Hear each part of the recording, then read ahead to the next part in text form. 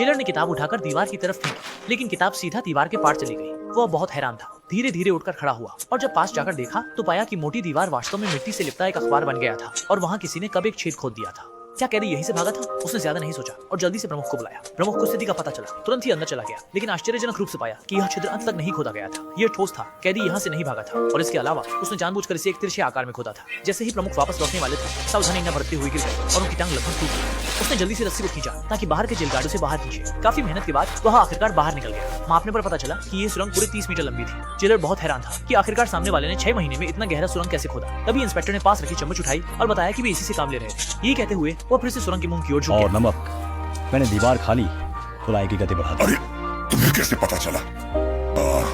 खुद नमकीन है।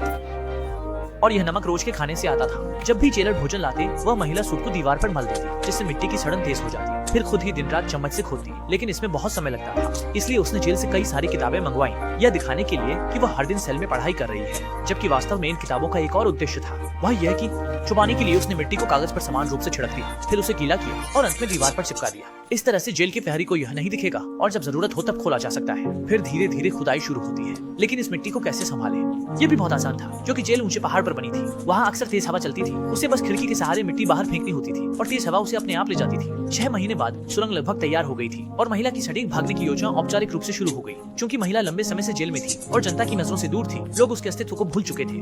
इस दिन संयोग से नेता काम का निरीक्षण करने आए थे। सभी काफी नाचते थे और जेल प्रहरी भी उनकी खुशामद करने में व्यस्त थे। इसीलिए उन्होंने बिल्कुल ध्यान नहीं दिया कि वह पहले ही बाहर आ चुका था। वह सभी के सामने इस तरह अधिकारी की कार की ओर बढ़ आप जरूर सोच रहे होंगे मैं कैसे गुजर सकता हूँ और किसी ने मुझे देखा क्यों नहीं, क्योंकि लोग वही देखते हैं जो वे देखना चाहते हैं। अगर आपके हाथ में हथौड़ा है तो आप सिर्फ कीले ही दिखेंगे। जब जेलर भोजन देने आए तो देखा कि जो महिला दरवाजे पर आनी चाहिए थी वह अभी तक नहीं आई। उसे कुछ गड़बड़ का एहसास हुआ और वह जल्दी से देखने अंदर गया, लेकिन उसे केवल खाली कमरे ही दिखे। कैदी कहाँ गायब हो चुकी थी। उस वह पहले ही गाड़ी के नीचे छिप चुकी थी। उसने तुरंत अलार्म बजा दिया और पूरी जेल में हंगामा मच गया। मित्सुत्सु की सुरक्षा सुनिश्चित करने के लिए जेलर ने उन्हें कार में भेजा, यह जाने बिना कि कैदी उसकी आंखों के नीचे से निकल गया। जब वह जेल की कोठरी में पहुंचे तो उन्होंने केवल उस रास्ते को देखा, लेकिन वास्तव में यह सिर्फ एक छलावा था जो महिला ने जेलर को भ्रमित करने और समय बर्बाद करने के लिए इस्तेमाल किया था। जब दूसरा व्यक्ति इस रास्ते से बाहर आया तो 25 मिनट बीत चुके थे और इस समय महिला कार से उतर चुकी थी और उसका स्वागत कर रही थी स्वतंत्रता की किरण।